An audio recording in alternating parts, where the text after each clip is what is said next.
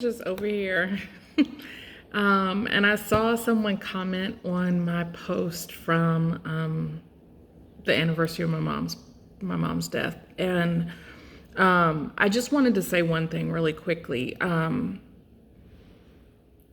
While I keep saying, life is for the living, right? It's for right now. All you can do is live right now. As much as I keep saying that, I do want to recognize that I'm saying that safely from the vantage point of having taken 16 years to be able to see the point and possibility of the future. So while I 100% say, look, life is fucking short. You know what I'm saying? Life is short. It is short. It might be gone.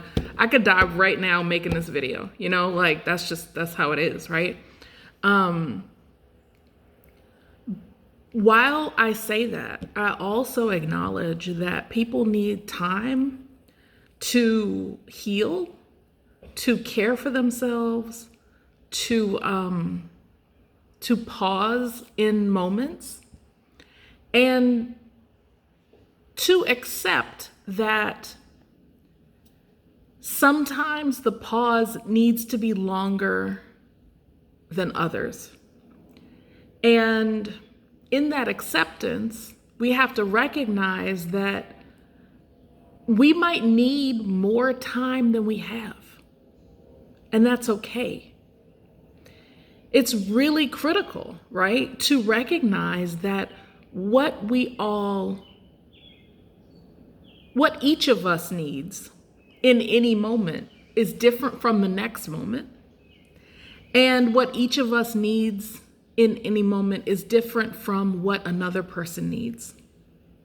So while it might take me 3 years to heal from breaking up with somebody who I didn't really like that much in the first place, and another person can pick up and go 2 days later, that's okay. And part of radically accepting your life and your reality is recognizing that sometimes it's like that, right? And like my mother used to say, she always said, always do your best. Know that everyone else is doing their best. And sometimes their best and your best will not be enough, and that's okay. As long as you're not trying to do more than your best or less than your best, you're okay. And you have to be accepting of that, right? You have to be accepting that sometimes your best is not enough. And likewise, like I said, likewise to accept that as everyone else is doing their best, sometimes their best is not going to be enough for you, and that is okay, right? So when we're trying to get over and to move forward and to, make the next step, sometimes we're stuck, right? Sometimes we're stuck because our bodies are stuck, because our bodies are trying to protect us from the next moment, because we don't know what the next moment might bring, right? We might not know that our bodies, our psyche is really ready and prepared to move forward. So we are trying physically to stay still. Sometimes that's true. And sometimes, and when that is true, it doesn't mean that, we need to rush ourselves. It means that we need to accept that we're not ready to move forward. And in accepting that doesn't mean giving up, right? It doesn't mean going, oh, well, I'm never going to move forward. It means getting to the source of that. It means figuring out, what does it take for me to get to the place where I need to be in order to make that next choice? It also sometimes really is as simple as, what is the next choice, right? Sometimes it's as simple as breaking down, what are the 5 decisions I need to make that decision that feels impossible? Because sometimes really the reason the decision feels impossible is because it is, right? It's because you're asking yourself to raise $1 million and you don't know how to raise $3, right? So sometimes it's like, okay, how do I add up to that outcome that I'm looking for at the end of the day, right? Where do I need to be at noon to be where I want to be at the end of the day. Sometimes that's why we go days and days and days every day not knowing how the hell to get to the end of the day, right? We're 3 weeks in and we ain't never got to the end of the day. It's because we never knew how to get to half of the end of the day, right? So I just want to say that because I do think that it's hard when we're in the moment, especially with grief. I mean, so much of this is about grieving, and not just about grieving, but about recognizing our own mortality, right? That's the thing. I mean, I will say that's the thing about losing your parents when they're young, right? When you're 40 years old and your parent died when they were 53, like, honey, you're alive right now and you might not be tomorrow. And that's it, right? When you're 25 and your parent just up out of nowhere is like, oh, dead today. Now you got a kid to raise. Good luck. He's homeschooled, you know? Suddenly your life looks a whole lot different than your peers, than you expected, than what you believe you can handle. You know, like there's a lot there, right? There's a lot there. And I tell you from this point of being 16 years in, right? Like I've got 16 years of practice of being an orphan, basically, right? Of being a second mom to a grown child, of being all of these things that I was not prepared to be. And I think it's important to recognize that like a lot of mourning your parents is just mourning yourself. And that's not selfish. That's not being crazy, right? It's realizing that your time is finite and you're on here on this earth either for a purpose or for a season. And maybe you're okay with that, right? Maybe you're not, and maybe you need to seek a purpose. But that's up to you, right? And sometimes it's gonna be fucking hard. Sometimes it's going to be like, oh my God, I don't know why the hell I'm here, right? And you got to just figure it out because you're only here for so long. So like, I think that's the part of grief that nobody really tells you when you're young. Like you see adults mourning, and unless you're someone who loses a parent very early, I don't think that it's easy to really understand what that feels like. But it's not just like losing a parent. It's any time you realize like, oh my God, the world is going to end one day and everyone I know is going to die, right? Like anytime that comes up, you can't help but realize, oh wait, I'm one of those people, right? I got to figure out what I'm doing. It doesn't have to be anything grand, right? It doesn't have to be anything grand. If I die tomorrow and I've touched 5 people because they watched a fucking YouTube video, what else? What? Okay, that's it. You know, that's it. And either I'm content with that and I have lived my life as I have chosen and on my own terms, or I'm not. And if I'm not okay with that, and I mean deep down okay with it, not like on the surface okay with it, not like, oh yeah, I don't care, okay with it. I'm talking about okay with it, like this is it, you know? This is it. Am I okay with every night I, don't spend time with my kid, or I choose to play, whatever video game because while my spouse is in another room, not, appreciating that I'm not spending time, whatever that is. If that's the thing, if you're okay with it, be okay with it. But know that what you choose as your legacy and how you choose to spend your life is your choice, right?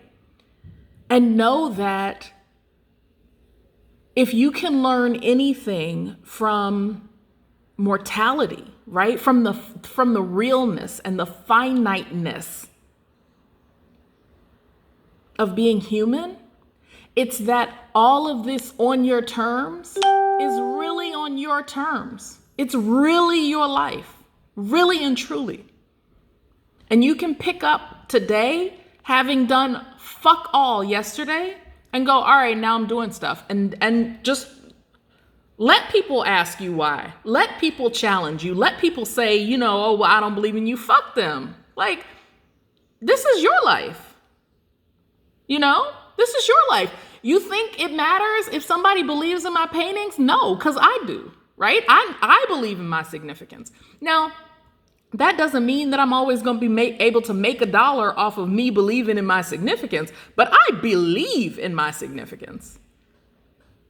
And that has to be the level of choice and commitment that every single person is putting into their own very real, very short existence, right?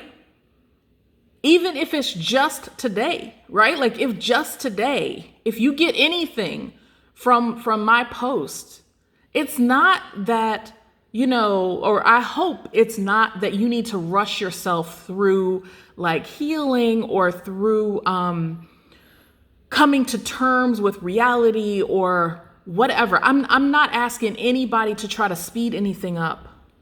I'm just asking people to recognize that life is happening right now, right?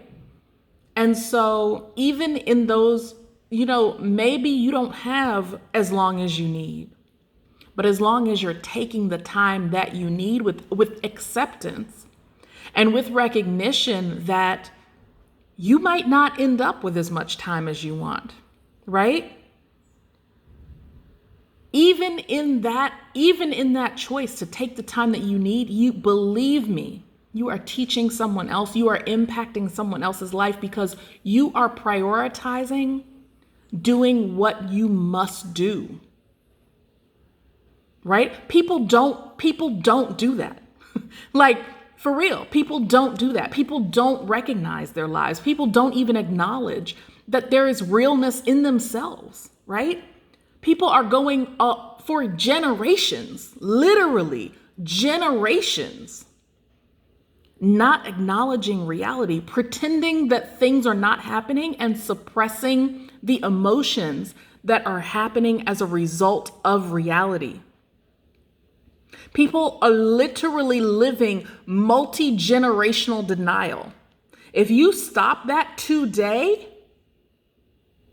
you've lived, if not your sole purpose, you have lived a purpose. You have lived a purposeful existence.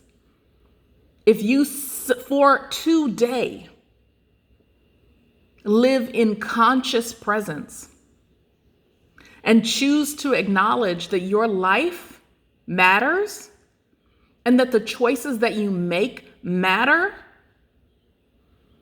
and that what you do to impact your own existence, be that get therapy, take a break, go on vacation, lay in the sun, turn your computer off before 5 o'clock, whatever it is, right? Go play video games with your kid, whatever that is, right? Just being consciously present and making that choice, not living in a state of just sheer and utter denial, that is, it's important, right? That's living. That is living. That's living. That, I talk about black and breathing, that's black and breathing, right? That is it. Being consciously present, being consciously aware, taking the time that you need, even though you might not get enough time, right? That's being accepting of life. That's being present in reality. And being okay that sometimes you don't have enough. Sometimes the person next to you doesn't have enough, but if you're both trying, right? If you're both consciously aware, you're helping each other. You're helping each other. That is building life.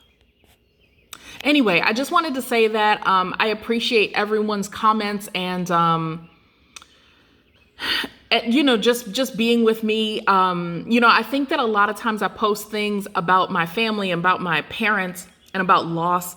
And people think that I'm in a really dark place. And I'm not. I love my parents. They were crazy as all hell. And we had very complex relationships. But my parents were dynamic and wonderful. And I can't say anyone, ever. I couldn't have been more supported.